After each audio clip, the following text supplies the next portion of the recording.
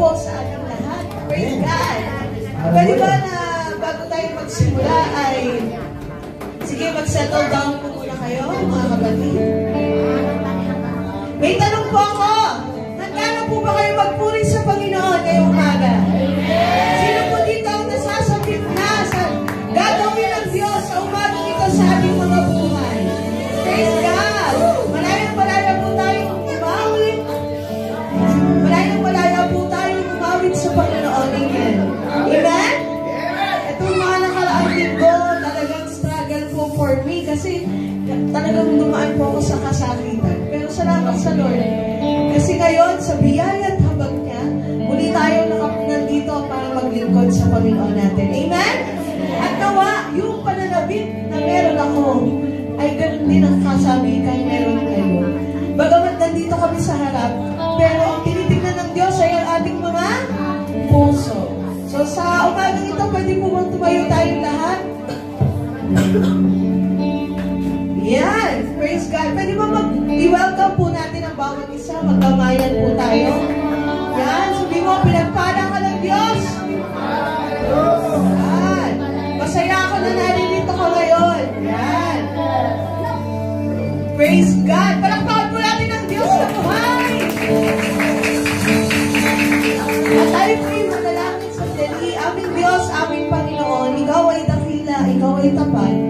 Luwalhatiin ang iyong pangalan. Maraming pong salamat sa provision mo. Kaya kami naririto, kalakasan, buhay, Panginoon, ang kaloob mo sa amin. Maraming pong salamat sa kabutihan mo at katapatan mo. Lord, dalangin ko na patuloy kang kumilos sa amin. Patuloy na ang banal na Espiritu ang siyang mangusap sa puso ng bawat isa. Sa pangalan ni Jesus, Amen and Amen. Praise God. Ako po'y natutuwa sa Panginoon kasi hindi ko alam kung tama bang sabihin ko, pero gusto ko kasi ngayon ang Villalobos, dumadaan sila sa pagsubok. No? Meron silang pagsubok na pinagdadaanan, kaya wala ngayon dito si Kuya Joel at si Ate Bel. Pero nagagalak ang puso ko kasi yung mga anak nila nagpatuloy. Kahit na meron silang pinagdadaanan ngayon, yung kapatid mo ni Kuya Joel, wala na. Kinuha na ng Panginoon. Pero nagpapatuloy yung mga bata. Kung tutusin, they have the excuse. Diba? Pero nandun yung heart. Amen? Nandun yung heart to serve the Lord.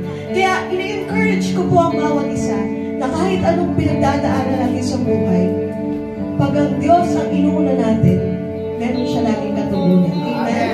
Praise God. Sabi ko sa Romans, chapter 8, verse 35. Sino ang makapaghihiwalay sa atin sa pag-ibig ni Kristo? Ang kaguluhan kaya? Ang kapighalian? Pag-uusig? Pagkagutom?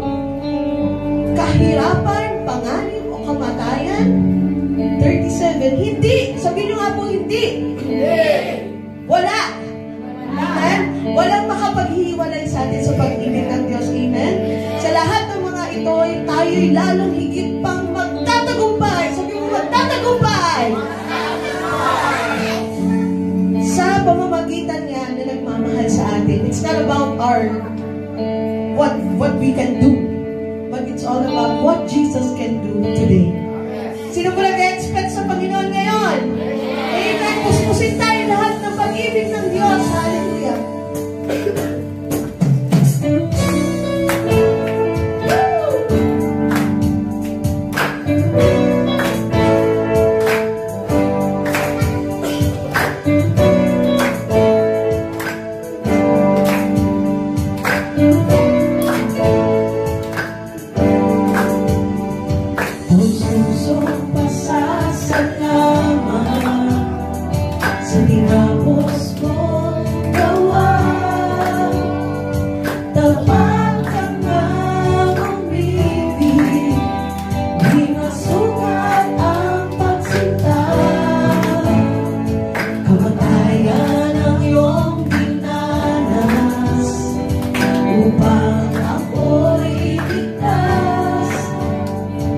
Jesus, ako nasa isip, kaya ang krus ay iyong natiis.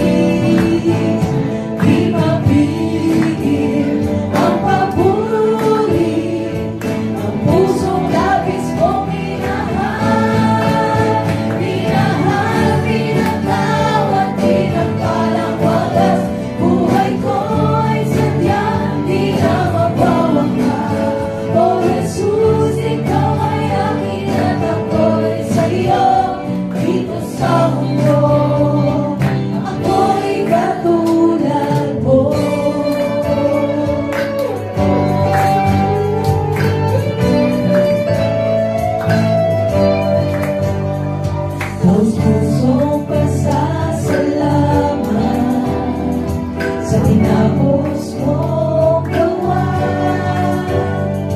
Kapag kang umibig, di masukat ang pagsinta. Kamatayan ang iyong dinanas upang ako'y iligtas. Jesus, akong nasa isip, kaya ang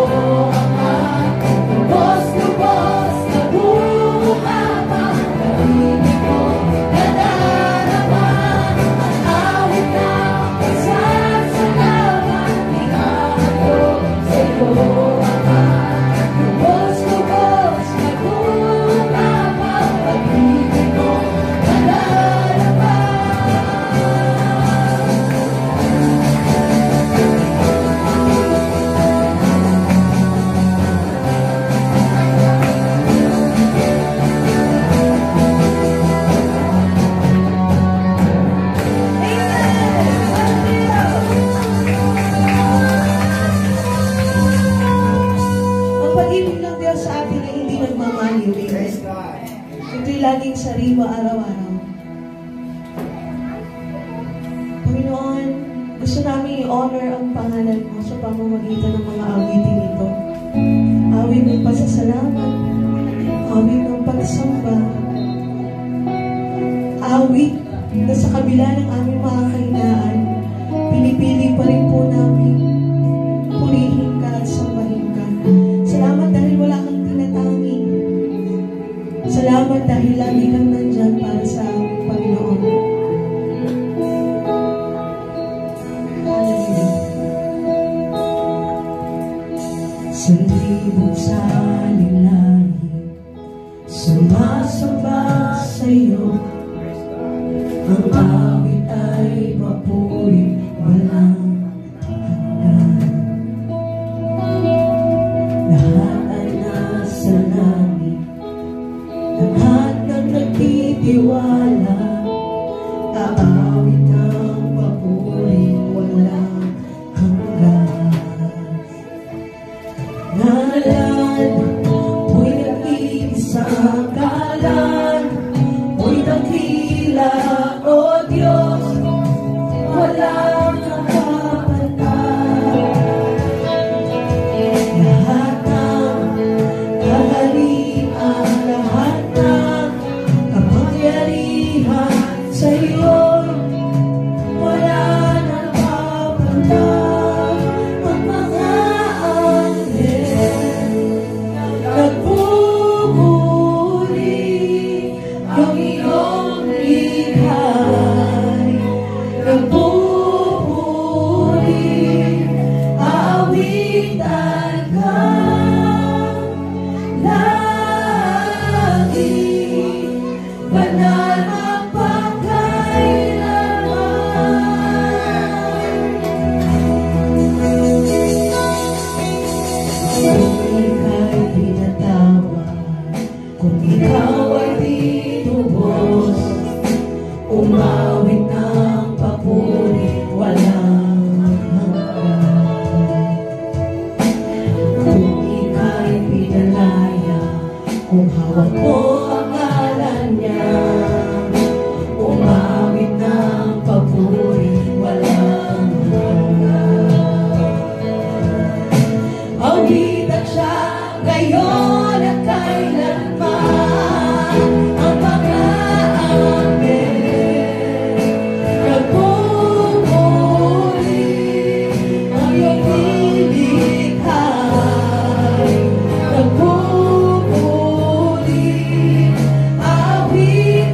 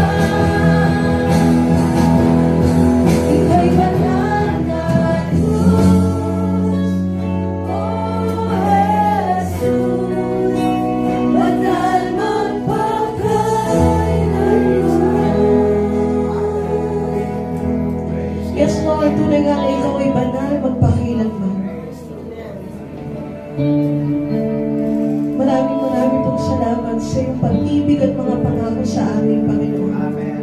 Lord, patuloy mo kaming lukuban, Panginoon, ng iyong presensya, O Diyos. Hallelujah.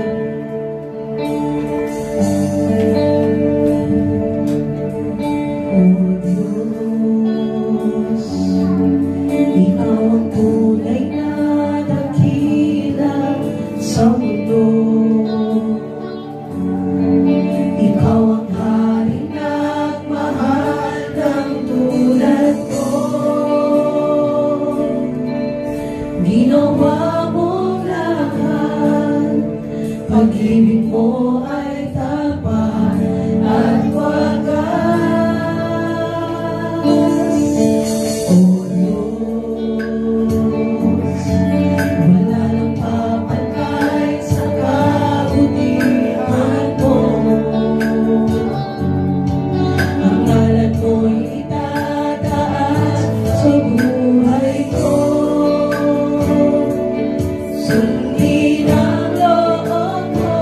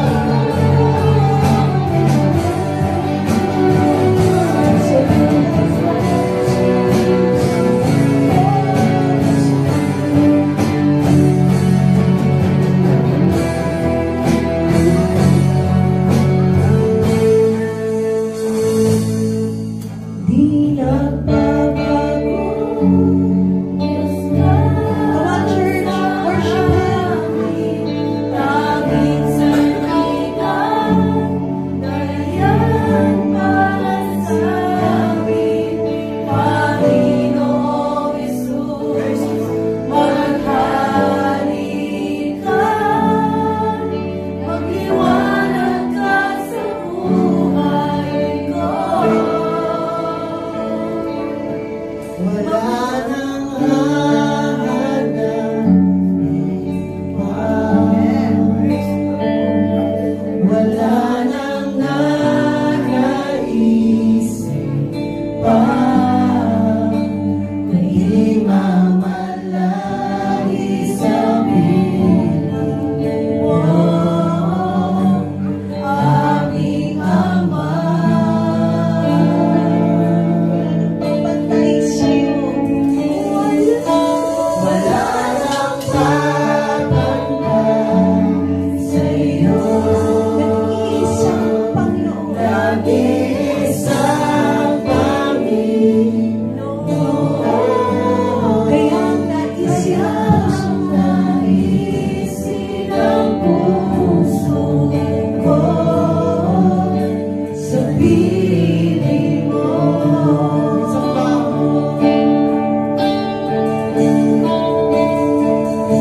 Wala nang hahanapin pa. Wala nang nanaisip pa. Di mamalagi sa piling mo, aming Ama.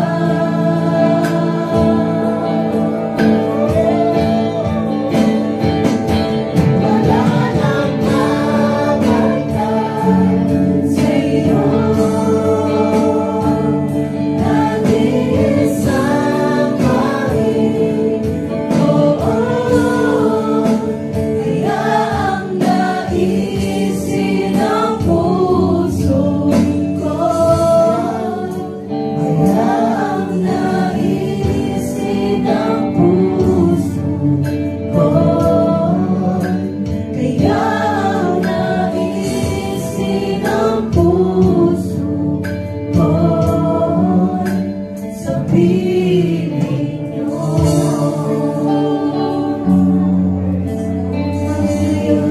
Pwede bang palakpakan natin ang ating Diyos for tonight?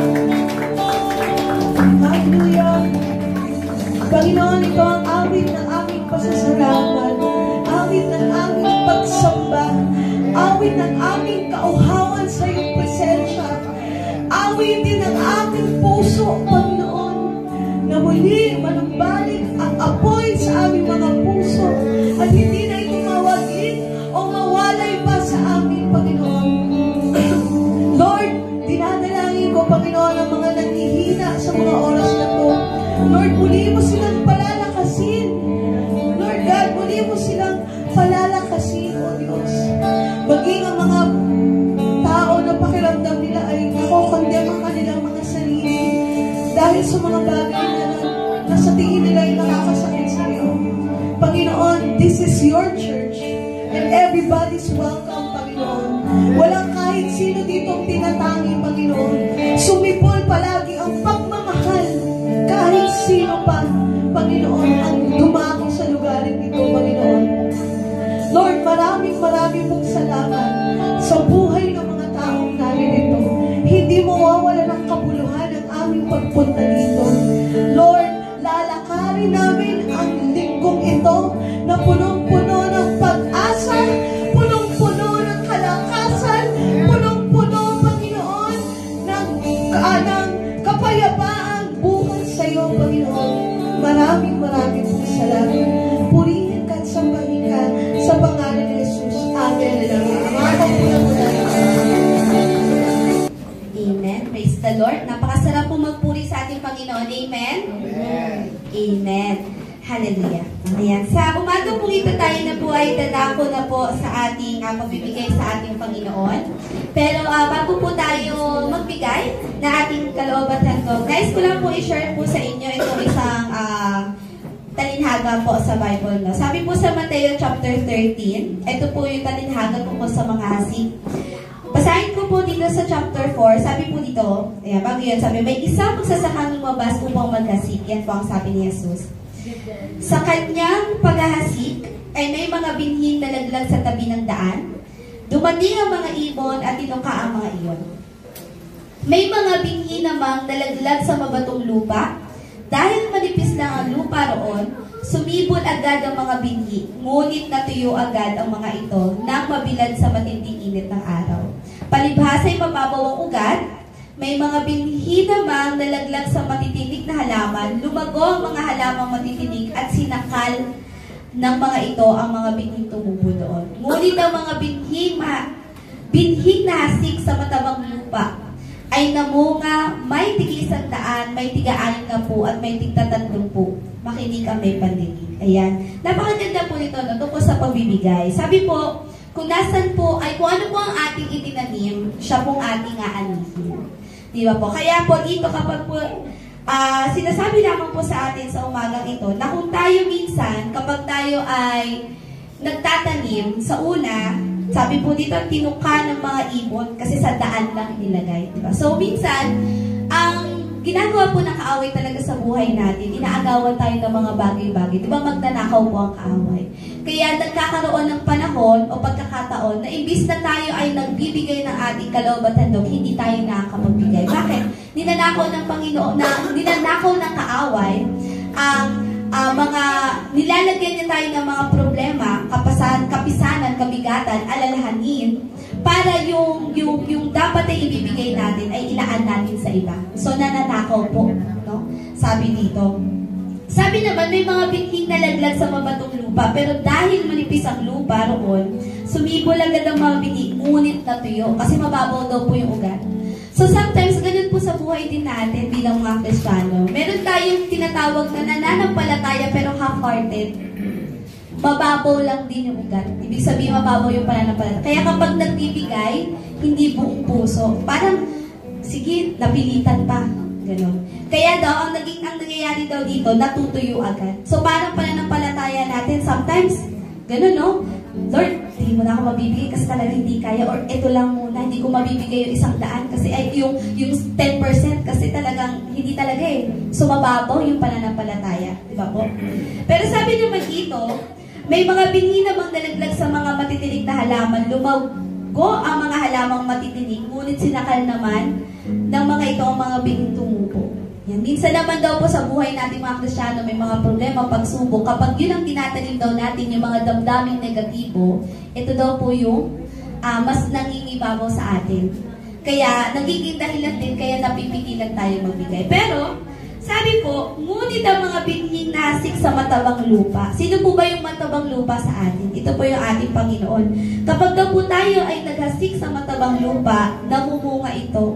May tigi-100, may tiga-6 na po, may tig-30 po. Iba-iba. Ibig sabihin po, ang pagpapala ng ating Panginoon sa atin, as long as, Lord, ito yung pananampalataya ko sa iyo, ito yung kanya, ito na lang yung meron ako, pero ibibigay ko sa iyo ng kabuuan ng aking puso. Kasi alam kong meron kang ibibigay sa akin, meron kang ibabalik sa akin, na nararapat para sa akin. Kasi sabi, tigi-100, tig-30 po, tigi-6 na po. Ibig sabihin po, alam ng Panginoon, kung ano yung pinagdadaanan na bawat sa atin, alam ng Panginoon ay may pangangailangan pala itong anak kong sila Frangeline. Ito yung pangangailangan ng anak ko na sila Lovely. So ito yung ibibigay ko sa kanya. Minsan niya higit pa eh. Siksik, liglig at umaapaw. Kaya hayaan po natin, huwag nating pigilan yung ating sarili na tayo ay magbigay na ating kaloob at handog ng may malaking pananampalataya sa ating Panginoon. Bakit? Sabi nga, isa siyang matabang lupa. At nakakasigurado tayo kapag matabang lupa, yung aanihin natin, di ba po? May pag-ibig, may kapayapaan, di ba po? May probisyon, biyaya, na kahit kailan ay hindi matatawaran kung tayo'y pangungunahan ng ating pang-aagam-agam. Di ba? O mga negatibong pag-iisip. Pero kapag ilalaan natin ito sa ating Panginoon, nakakasigurado po tayo. Kaya sa umagang ito sa ating pong pagbibigay na ating kaloob at handog, hayaan natin na ibigay natin ito ng may pagtitiwala at buong pusong pananampalataya sa ating Panginoon. So tayo po ay manalangin po muna bago po tayo magbigay. Panginoon, maraming salamat po sa umagang ito. Salamat sa iyong paliwalhatian. Salamat sa iyong kadakilaan. Salamat sa buhay, hininga ng bawat isa, Lord God, na iyong pinagkaloob sa amin sa araw na ito, upang kami sama-samang makapanambahan sa iyo, Lord God, makapagtipon-tipon, maranasan muli, Lord God, ang iyong presensya, O Diyos, ang iyong pag-ibig para sa amin. Sa umagang ito, O Diyos, Hayaan mo na himukin mo yung aming mga puso na magbigay sa iyo, Lord God, at sabihin sa iyo, Lord, ito yung kaya ko at alam ko ikaw po ang bahala sa akin. Ipinagkakatiwala ko sa iyo ang lahat. Hayaan mo po, Panginoon, na patuloy namin panghawakan ang iyong mga pangako, kagaya ng iyong sinabing, hindi mo kami iiwan, hindi mo kami pababayaan, Panginoon. Kaya maraming salamat po, O Diyos. Itaas ang iyong pangalan, purihin ka't luwalhatiin sa tanging pangalan ng Jesus. Amen. Makakapagbigay na po tayo. Magsitayo po tayong lahat at buksan po natin ang ating mga Biblia. Sa Aklat ng Galacia, Kapitulo 4, talatang 17 hanggang 20. Pinapahalagahan nga kayo ng mga taong iyan, ngunit hindi mabuti ang kanilang layunin. Nais lamang nila kayong ilayo sa akin upang sila ang inyong pahalagahan. Hindi masama ang magpahalaga kung di mabuti ang layunin at hindi kong kaharap lamang ninyo ako. Mga anak ko, dahil sa inyo'y minsan pa akong nagdaranas ng hirap, tulad ng babaeng nanganganak, hanggang sa ganap na mabuo si Kristo sa inyo.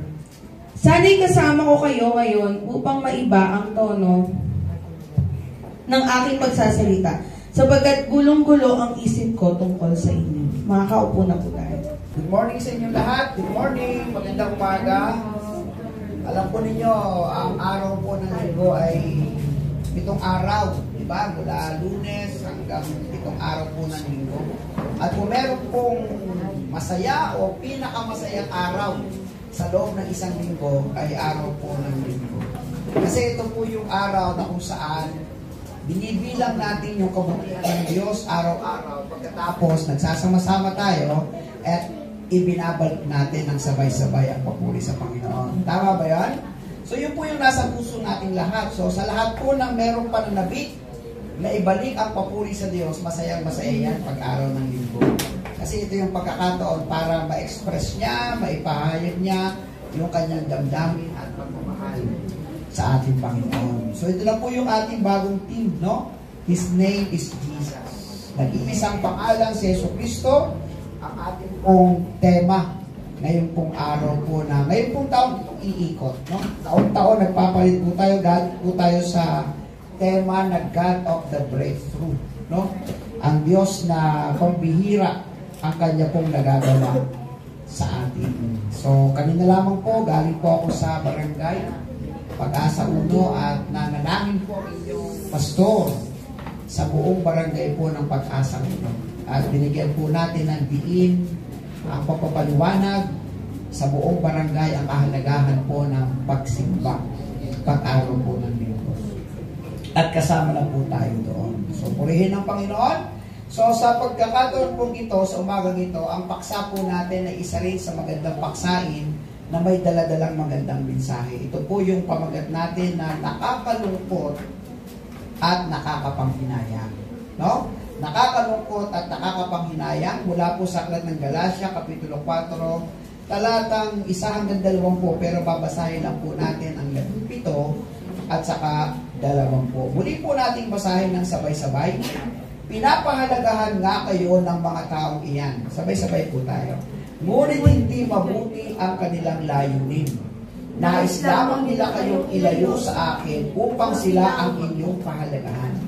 Hindi masama ang magpahalaga kung mabuti ang layunin at hindi kung kaharap lamang ninyo ako. Mga anak ko, dahil sa inyo minsan pa ako nagdaranas ng hirap tulad ng babaeng nanganganak hanggang sa ganap na mabuo si Kristo sa inyo. Sana'y kasama ko kayo ngayon upang maiba ang tono ng aking pagkasalita sapagkat gulong-gulo ang isip ko tungkol sa inyo. Ang ating pong kung ating po ilalagay ang ating mga paasa, paano ni Apostol Pablo, gusto niyang sabihin sa iglesia sa Galacia na kanyang sinusulatan, ano ba talaga gusto niyong mangyari? Okay na kayo eh. Inayos na kayo ng Panginoon. Bakit parang hindi pa rin kayo okay? Bakit parang meron pa kayong hinahanap na ito? Alam po yung sa totoo lang, ang mga anak na meron pong mga magulang, may kanya-kanyang magulang, pag hindi po sila masaya sa magulang, na kanilang kinalakhan, maghahanap ng iba. Pag hindi sila masaya sa bahay na kanilang tinutuluyan, naghahanap ng iba. Tama? Ganun po talaga ang ating ugali. Wala tayong kasiyahan. Pero yung po nakasumpong ng ito na yung bahay ko, sila na yung magulang ko, sila na yung aking mga anak, nabubukay sila sa hirap at ginhawa ng sama-sama. Tama? Hindi sila naghahanap ng iba. Naalala ko itong si Manalo. Anong pangalan niya? Julius Manalo. Di ba sa kanyang kwento sa YouTube ay 31 years niyang hinanap ang kanyang nanay. Di ba? Walang ibang pumalit sa puso niya kundi ang nanay na kanyang kinamulatan nung siya 6 na taon. Yun po yung aking ibig po sabihin dito ni Apostol Pablo. Inilagay na kayo sa tamang direksyon, bakit naghahanap pa kayo ng iba?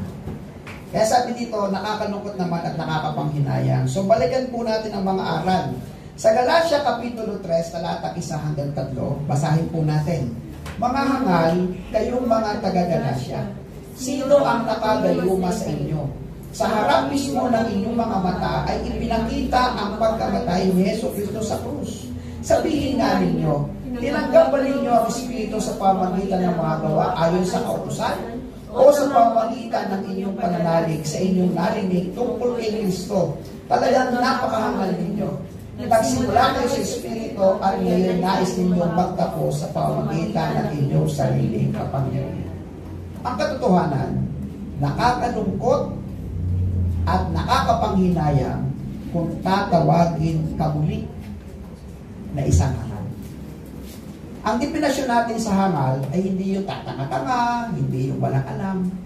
Ang definasyon natin ng hangal sa banal na kasulatan, hanggang ngayon, hindi pa kayo natututo sa mga bagay na gustong ituro sa inyo ng Diyos. Okay ba? Ngayon tayo naman ay nakaalis na sa konteksto ng pagiging hangal. Bakit naman gusto natin bumalik ulit doon sa mga bagay na pwede tayong makilala bilang hangal muli? Amen po ba yun? So yung lahat ng mga bagay na natutunan natin, inaalis na tayo ng Diyos sa pagiging hangal. Pero pag tayo po ay bumalik ulit sa hindi natin pagkatuto, nakakalungkot naman at nakakapanghinayang kung tatawagin tayo muli na isang hangal. Sa Efeso Kapitulo 2, talatang 1, basahin po natin. Nung una'y patay kayo dahil sa inyong mga pagsuway at mga kasalanan. Buhay natin malayo sa Diyos, putol ang relasyon sa Diyos espiritual, tayo po ay patay sa kasalanan. Nakakalungkot naman at nakakapanghinayang kung babalik ulit tayo sa buhay na patay sa espiritual. Wala tayong koneksyon sa Diyos. Parang walang Diyos na namamagitan sa atin na hindi na tayo ay nagpapatuloy pa rin sa isang relasyon na wala tayong kaugnayan sa Panginoon. Nakakalungkot po yun. Inalis ka na binuhay ka na sa espiritual, pagkatapos mamumuhay ka uli na parang patay ka sa espiritual. Sumunod po, Efeso Kapitulo 4, talatang 17. Basa po tayo. Sa pangalan ng Panginoon, binabalaan ko kayo. Huwag na kayong mamuhay tulad ng mga hindi sumasampalataya, walang kabuluhan ang kanilang pag-iisip. Nakakalungkot at nakakapanghinayang kung babalik tayo muli sa makabundong buhay. Sabi ng Panginoon, hindi ganyan ang natutunan nyo sa akin. Diba? So maganda na tayo natin, bakit pa nga ba tayo babalik sa dati nating buhay? Kaya ito po yung paulit-ulit na paalala sa atin. Una, isuot ang espiritual na baluting pandigma sa pamagitan ng panalangin at pananampalataya. O kayo po ay hindi nakakalimot sa Diyos araw-araw, magtatagumpay kayo araw-araw. Ito po yung lagi pinapayo sa atin ng Diyos bago kayo umalis sa inyong bahay, mag-aaral man kayo, magtatrabaho man kayo. Ang ating panalangin, Panginoon, isuot niyo po sa akin ang espiritual na pandigma mula ulo hanggang paa. Kasi ang naglipa na ang mga palaso ng kaaway para ako ay muling tuksuhin, ilayo sa iyo. O kaya naman galitin, o kaya papanghinain ng loob. Pero hanggat suot ko ang espiritual na pandigma sa pamamagitan ng pananalangin at pananampalataya, ako ay magtatagumpay. Kaya ano sabi ng Efeso Kapitulo 6, talatang 11? Isuot ninyo ang buong kasuotang pandigma na kaloob ng Diyos upang mapaglabanan ninyo ang mga pakana ng diablo. Dito sa loob ng church, maaari walang diablo na o mga kampo o espiritu makapanghimasok sa atin. Kasi ang isip natin, puro sa Diyos, puro sa Diyos. Sasamba sa Diyos, mananalangin sa Diyos. Ang problema, pagbaba natin. Pagkatapos ng ating pagsamba, pagkatapos ng mula dito hanggang sa pag-uwi natin, kahit nga yung traffic pwede makapagpainit ng ulo. Pagkagaling lang natin dito. Naunawaan po niyo dito. Kahit yung simpleng gutom ka na at gusto mo nang kumain, wala ka agad mabili ng ulam pwedeng mag-init na naman ang ulo mo. Pero kagagaling mo lang dito. Diba? Lahat ng pwedeng gawin ng kaaway ay gagawin niya para muling makalimutan mo ang magagandang aral na napag-aralan mo dito sa loob ng ating sama-samang pagsamba. Ang pangalawa po, yung paglagong pananalangin. Kumusta na po kaya? Yung paglagong pagsamba, kumusta na po ito? Yung pagbabasa ng Biblia, kumusta na po ito? Yung pagpapatotoo at yung ating pakikibahagi sa pag-ibanghelyo. Ang pangatlo, isa-isip ang mga bagay na panglangit. Pilipos 4:8, basa po tayo. Bilang pagtatapos, mga kapatid, lagi ninyong isa-isip ang mga bagay na karapat-dapat, kapuri-puri, mga bagay na totoo, marangal, matuwid, malinis, ibig-ibig, at kagalang-galang. Colossus Kapitulo 3, talatang 2, ang mga bagay na panlangit ang isa-isip ninyo, hindi ang mga bagay na panlupa. So kung tayo po ay hindi naman nakokornihan, di ba? Minsan napaka-kilojoy mo naman, Lord. Kunting ganito lang, ayaw mo. Titikim lang naman, ayaw mo. Kunti lang naman, ayaw mo. Napaka-corny mo naman, Lord. Napaka-kilojoy mo naman. Kung yun po ang ating magiging pamantayan sa buhay, hindi na po tayo maitutuwid. Wala na pong maitutuwid na kamalian kapag ang lahat ng bagay ay bibigyan mo ng katuwiran. Kunti lang naman O ano bang maitutuloy ito? Wala na. Kasi pinapahintulutan mo pa rin ang mga bagay na hindi naman nakalulugod sa iyo. Diyan?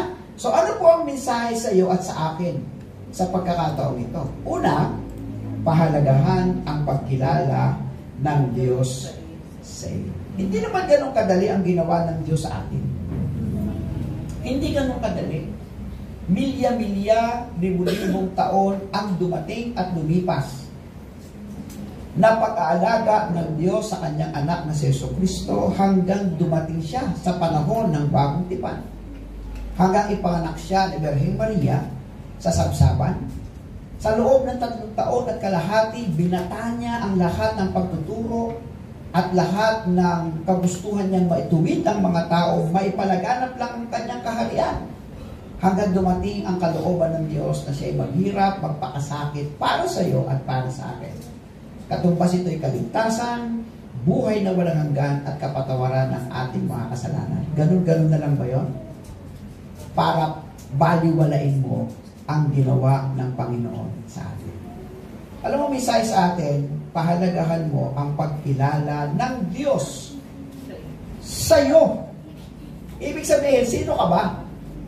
Sino ba ako para kilalanin ng Diyos na napakamakapangyarihan sa lahat? Pero dahil sumentro ang pagmamahal ng Diyos sa iyo, gayon na lamang ang kanyang pag-ibig sa atin at sa atin. Kaya sabi po dito sa Galatia 4:8-11, basahin po natin again. Noong hindi pa niyo nakikilala ang Diyos, kayo'y alipin ng mga bagay na hindi totoong mga Diyos. Ngunit ngayon nakikilala na ninyo ang Diyos, o mas tamang sabihin, ngayong nakikilala na kayo ng Diyos, bakit kayo bumabalik sa mga tuntuning walang bisa at walang halaga? Bakit gusto na naman ninyong paalipin sa mga iyon? May itilangi kayong mga araw, mga buwan, mga panahon at mga taon.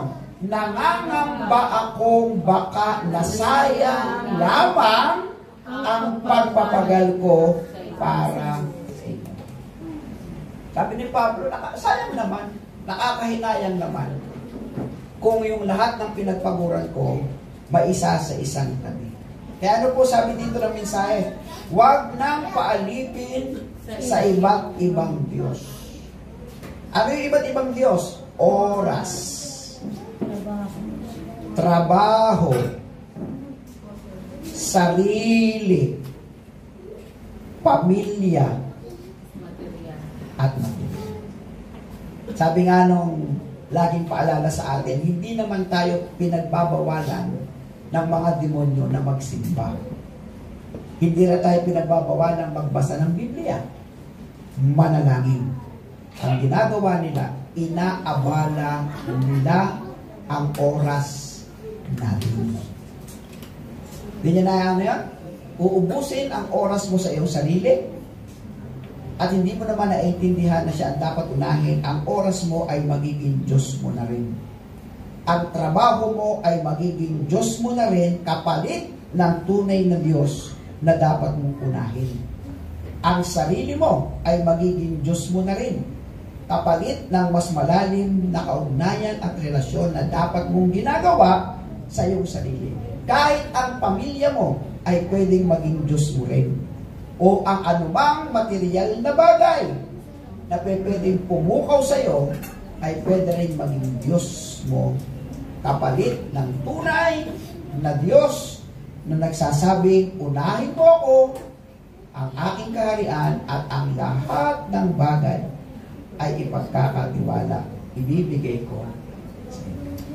Mga kapatid sa Panginoon, kayo na po ang mag-isip. Ano nga ba ang humahadlang sa atin para hindi natin magawa yung para sa Diyos? Ang araw po ito'y para sa Diyos na yun. Huwag na po natin nakawin.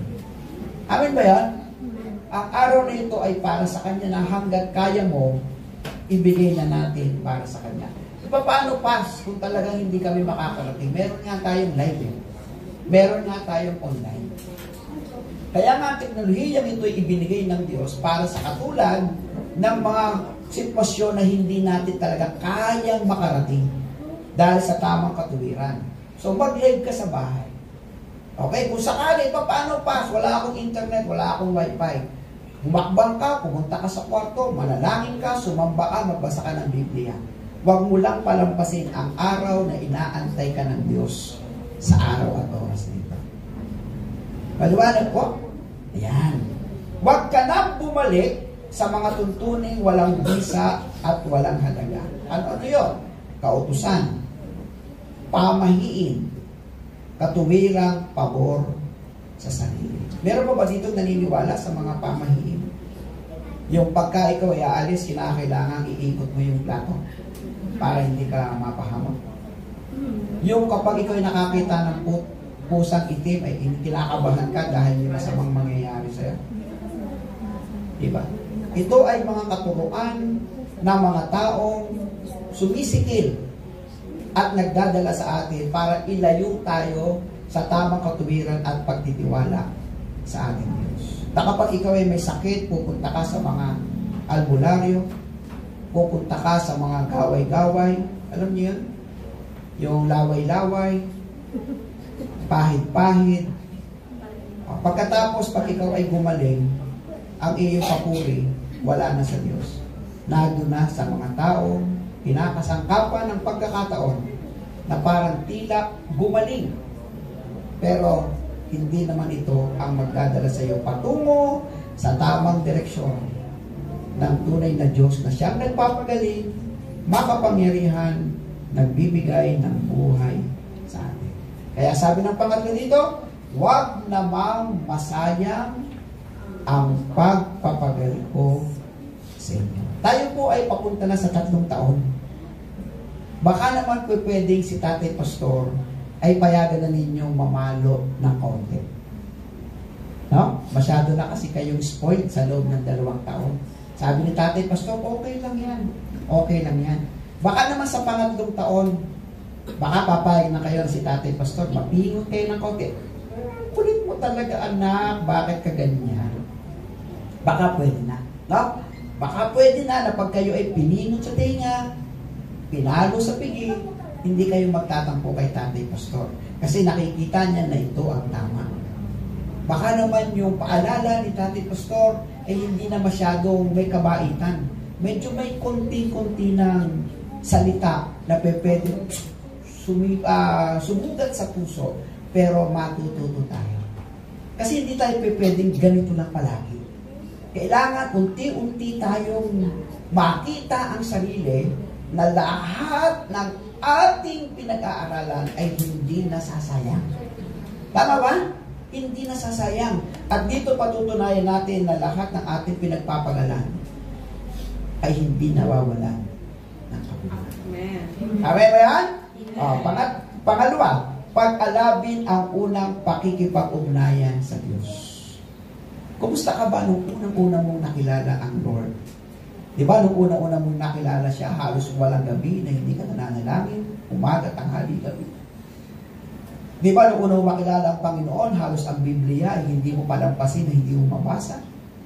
Di ba nung unang mo makilala ang Panginoon, kahit sa banyo, naliligo ka, naghuhugas ka ng pinggan, nagtitipid ka ng mga damit, gawain bahay, awit ka ng awit para sa Panginoon? Pero nasaan na kaya yung ganun, init ng unang mong pagmamahal sa Panginoon? Pag-alapin po ninyo ang unang pakikipag-ugnayan sa Diyos. Hindi ba darating ang panahon, ay, Tatay Pastor, sira yung aking sasakyan, hindi kami makakapunta. Pero sa palalim na relasyon sa Panginoon, bayaan mo yung sasakyan niyan, magmamasahe kami para makarating kami sa gawain ng Panginoon. O, di ba? So, dumarating ang punto na meron ng pagkatuto. Naintindihan na nila na basta para sa Diyos, gagawa ako ng paraan. No? Wala na susundong kotse.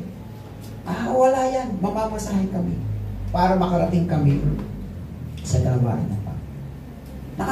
Nakakatuwa na meron kayong mga ganong adhikain na para talagang lumago ng lumago, tumatag ng tumatag. Hindi ako makakapag-church kasi hindi makakapag-church ang aking mga magulang. Pero narito sila. Tama ba? Nakakatuwa. Nakakagalak sa puso ng inyong mga anak na kahit ang inyong mga magulang ay wala sa isang makatuwirang dahilan, pero narito kayo at pinipilit nyo na itulak ang inyong pananampalataya sa Panginoon. So, ibig sabihin, pangat ng pangat, palago ng palago, patatag ng patatag ang inyong mga katuwiran para lalo kayong tumatag sa Panginoon. Galatia 4:12-16. Basahin po natin. Nakikiusap ako sa inyo, mga kapatid, tularan ninyo ako, sapagkat ako'y naging katulad ninyo. Wala kayong ginawang masama sa akin. Alam naman ninyo ang pagkakasakit ko noon ang naging dahilan, kaya ako ipinangaral sa inyo ang magandang balita. Gayunman, hindi ninyo ako itinakwil o hinamak, kahit na naging pagsubok sa inyo ang aking karamdaman. Sa halip, tinanggap ninyo ako na parang anghel ng Diyos at para pang si Kristo Jesus. Nasaan na ngayon ang kasiyahang iyon? Ako mismo ang makapagpapatotoo na kung maaari nga lamang pati ang inyong mga matay dudukitin ninyo at ibibigay sa akin noon. Ngayon, itinuturing ba ninyo akong kaaway dahil sinasabi ko sa inyo ang katotohanan? Sa panahon ng 2 taon tayo magkakasama na ang bait-bait ng Tatay Pastor, love na love niyo ako. Kung papaluin ko na kayo, hindi niyo na ako love. Yun ang sinasabi dito Ngayon, nagagalit kayo sa akin dahil sinasabi ko na sa inyo kung ano ang katotohanan. Pero nung unang-una ipakilala ko si Jesus, sobrang love na love niyo si Jesus. Halos ibigay ninyo ang buhay kay Jesus. Kahit dukitin ninyo ang inyong mga mata, ay gagawin ninyo noon. Huwag lang si Jesus mawala sa buhay ninyo. Sabi na Apostol Pablo, oo, inusig ko kayo. Oo, nagkamali ako. Pero sa daang Damasco, nabulag ako. Nakilala ko si Jesus. Kaya nga yung mata ko lumuwa Kaya nga yung mata ko, nagkaroon ng mga kaliskis ng parang isda eh. Kaya nga ako pumangit. Pero sa kabila ng aking pagiging pangit, sa kabila ng aking kapansanan, tinanggap niyo ako. Bakit? Kasi sinang-ayunan ko na yung Jesus na inyong sinusundan ay totoo. Pero bakit ngayon? Anong nangyari? Anong nangyari? Bakit parang wala na yung dating halos ibigay niyo ang buhay niyo sa Panginoon? Alam po ninyo, yan ang aking panalangin. Huwag tayong matulad sa ibang mananampalataya na bigla tayo magpaplato. Alam niyo yung plato? Yung pantay lang. Taon na ang binilang, ganito pa rin tayo, ganito pa rin tayo, ganito pa rin tayo. Maglalakihan lang ang inyong mga anak, ganito pa rin tayo, ganito pa rin tayo. Hindi po pwedeng yun ang mangyari. At dapat habang lumalaki at naglalaguan ang inyong pananampalataya, nakikita na kayong naglilingkod. Nakikita na yung yaman ng inyong kaisipan sa salita ng Diyos. At nakikita na yung inyong kagalakang maglingkod sa Panginoon. Kaya ano sabi dito? Balikan ang dahilan paano mo nakilala si Kristo. Paano nga ba tayo nagkatagpo-tagpo? Paano nga ba tayo nagkita-kita? Pangalawa, balikan ang unang mga pangakong binitawan. Baka naman kasi, nung panahon na yon, in love ka kay Lord, ang dami mong binitawang salita. Pero hindi mo na ginagawa. O maaaring nakalimutan. At ang panghuli, huwag masasaktan ang kalooban kung itinutuwid sa mga mali. Siyempre, ang inyong tatay pastor naman, hindi naman magtutuwid sa mga bagay na tama na ang ginagawa. Pero ang mga simpleng paalala at simpleng pagsasalita na kung saan ay makakabuti sa atin, huwag nyo namang ipagdamdam. Kasi sinisikap naman natin na tayo ay pare-parehong lumago sa Panginoon. Ang pangatlo, pagtuon kay Kristo at sa tama. Pagtuon kay Kristo at sa tama. Itong Jesus, His name is Jesus, nag-iisa yan. He is the way, He is the only way, only truth, only life. Only name, ang pangalan ay Jesu Kristo. Dito lang tayo nakatuon. Wala na pong iba. Walang ibang kaligtasang magdadala sa atin kundi si Jesus lang. Kaya ano sabi dito? Basahin po natin. Pinapahalagahan nga kayo ng mga taong iyan. Ngunit hindi mabuti ang kanilang layunin. Nais lamang nila kayong ilayo sa akin upang sila ang inyong pahalagahan. Alam po ninyo, darating po ang mga panahon, kahit sa inyong mga palipaligid, may bago na naman pong grupo. Meron naman bagong grupo. Hindi sila naniniwalang si Kristo ang tagapagligtas. Ang kanilang paniniwala, ang kaligtasan ay nasa pagtuturo at pagiging miyembro ng grupo ng tao ito. Ang dami na nila. Ang dami na nila. Grabe, nakakapangamba na kung hindi kayo magiging matatag. Ang sabi dito, nais lamang nila kayong ilayo sa akin upang sila ang inyong pahalagahan. Itong ating building ay maliit. Hindi ito malaki. Hindi ito singginhawa ng iba. Siguro, makakakita kayo ng mga simba-simbahan o mga building na higit na mas malaki dito. Iiwanan nyo ba kami? Dahil sa ganong kalagayan. Naunawaan po ba yung ibig ko sabihin? May kukumpara dito medyo magaan ang galaw. Walang pakialam. Samantalang sa amin, palagi na lang kami pinapaalalahanan at sinasabihan. Pero dito, pag simba ko, uuwi na lang kami. Walang makikialam sa amin. Kung makakasumpong po ba kayo ng mga ganon, iiwanan nyo ba kami? Mawawalan ba ng kabuluhan ang lahat ng aming pagpapagali? Sige. Mga kapatid, ang pagtuon natin ay kay Kristo at sa kung ano lamang ang tama. Sabi dito sa 18, hindi masama ang magpakahalaga kung mabuti ang layunin at hindi kung kaharap lamang ninyo ako. Huwag naman yung mga ngiti na iba ang ibig sabihin. na pagtalikod, merong ibang nasa sa isip. Sana yung ngitian natin ay ngiti ang katotohanan. Tama ba yan? Yung ating pananabik ng katotohanan. Hindi yung meron lamang pagpilit o kaya meron lamang pinagbibigyan imbitasyon para sa atin. Hindi po tayo lalago at hindi tayo aangat. 19. Mga anak ko, dahil sa inyo minsan pa akong nagdaranas ng hirap, tulad ng babaeng nanganganak, hanggang sa ganap na mabuo si Kristo sa inyo. Kita nyo? Pinaghirapan, pinagpagalan. Naalala ko po, ang grupong ito ay sumibol sa aming pong bahay. Di ba? Doon siya nagsibol eh. Nagsikap kami every Sunday, practice, preach ako. Sunday, practice, preach ako. Pagkatapos sa aming munting bahay, yung aming sala, inayos namin. Yung aming kwarto, ginawang Sunday school room ng mga batang ng inyong mga anak-anak. Hanggang sa hindi na tayo kasya, nakarating tayo dito. So lahat ng pinaghirapan at pinagpagalan, sabi na Apostol Pablo, para akong nakaranas na nagdala ng 9 na buwan sa aking sinapupunan at nahirapan akong manganak hanggang sa ganap na mabuo si Kristo sa inyo.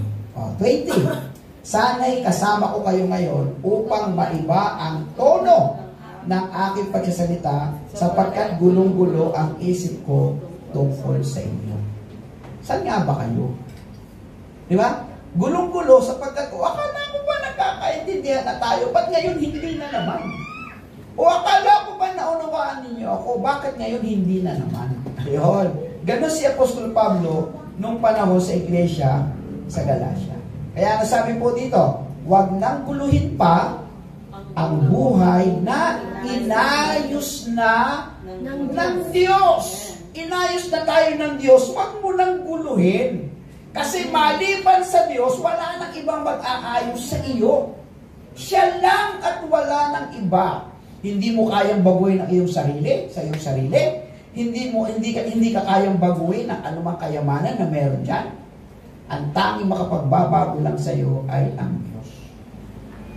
Pangalawa, huwag maniwala sa mga bagay, tao, sitwasyon na magpapalayo sa iyo. Sabi ko nga kanina, naalala ko doon sa YouTube, magkasintahan sila. Simple lang ang buhay ng lalaki. May lumapit na mayaman. Bibigyan kita ng 100,000. I-break mo yung boyfriend mo. Sabi ng babae, hindi pwede. Nagmamahalan kami. 200,000. Grabe. Hindi pa rin. 300,000. Hanggang umabot ng kalahating milyon. Kinuha si pera, iniwanan yung kanyang forever. Darating ba tayo sa puntong gano'n? Na yung pagmamahal, yung pinagsikapan natin pag-aralan patungkol sa Diyos, ay iiwanan natin ang Diyos. At tutuon tayo sa mga bagay na inaakala natin na magpapabigay sa atin ng makabubuti. Pero yung pala ay papalayo sa Diyos. At ito panghuli, huwag kalimutan ang mga nagpapagal sa inyo. Alam niyo mga anak ko sa pananampalataya, hanggat kami po ay nabubuhay, ako, ang tita Ellen nyo, at lahat ng aking mga anak na nagsimula po ng gawaing pinagkatiwalaan ng Diyos. Hanggat may buhay at may lakas po kami, narito kami para pagpagalan po kayo.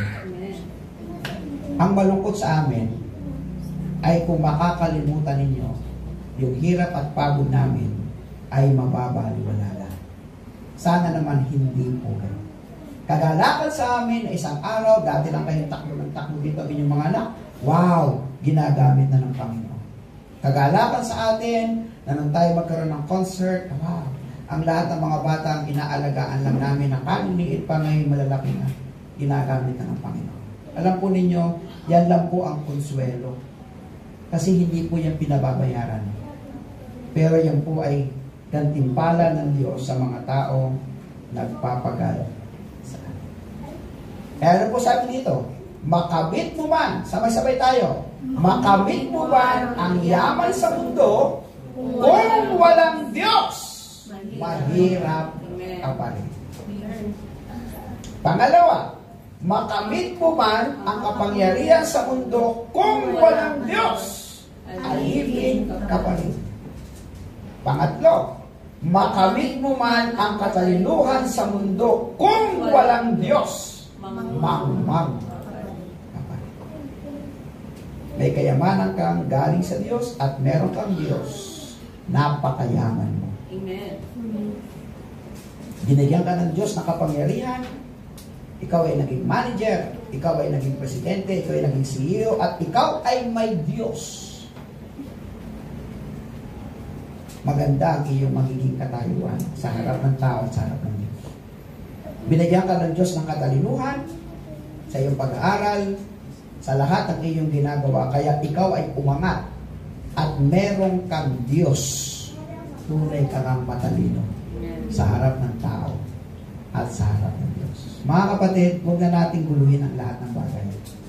Pagsikapan natin na sa buong buhay natin, tayo po ay makapag-iwan sa Panginoon. Tumayo po tayo lahat. At atin po ibabalik sa Diyos ang lahat ng papuri at ang lahat ng pasasalamat sa Kanya. Muli tayo pangunahan ng yada worship sa ating pong aawitin. Ngayon po mga oras na ito. Praise the Lord. Hallelujah. Diyos ka sa amin.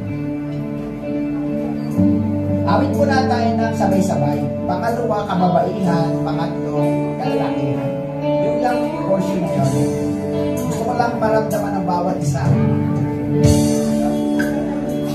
Pupurihin ka. Tama ba? Sige. Lahat muna tayo.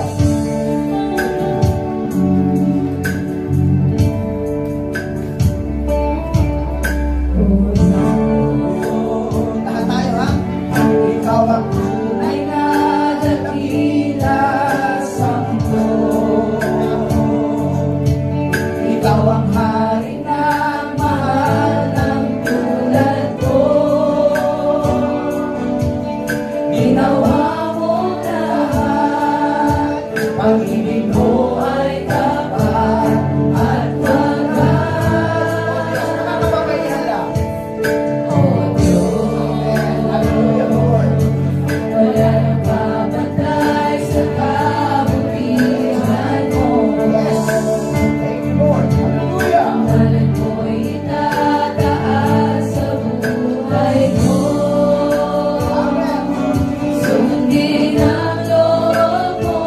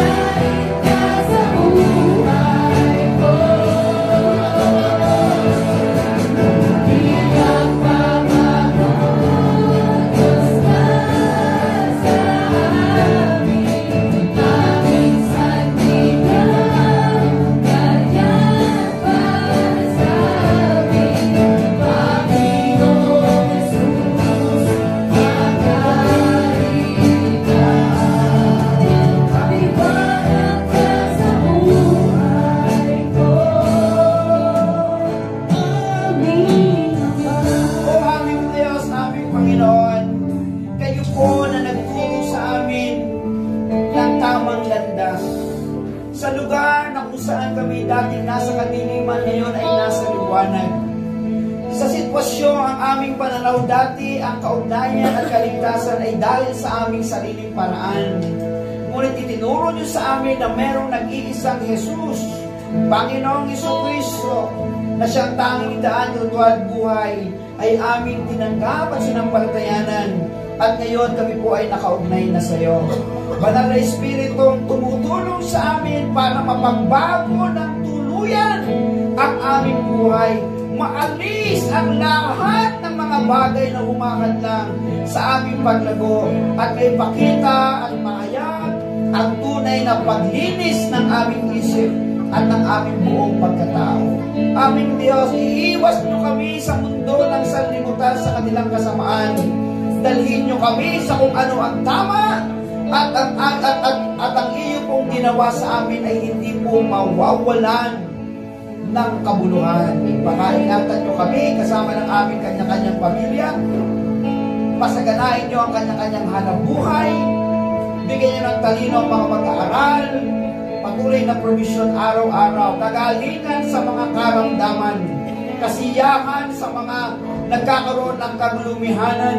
Pag-asa sa meron pong mga kabiguan.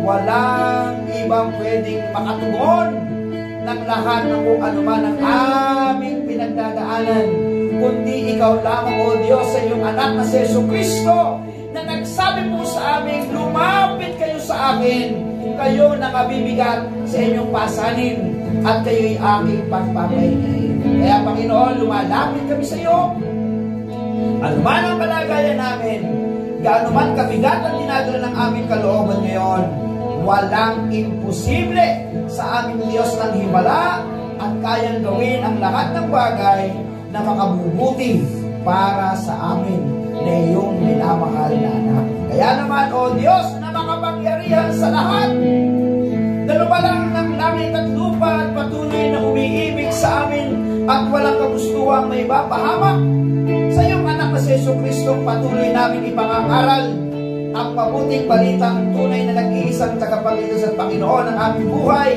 at sa banal na Espiritu na siyang tatangag katibayan ng aming kaligtasan ang siya namang mag-ingat sa paghihiwa-hiwalay po namin pansamantala hanggang makarating kami sa aming kanya-kanyang tahanan ng ligtas at may kagalakan sa puso ang siyang patuloy na mag-ingat sa amin mula ngayon at magpakailanman. Amen and Amen!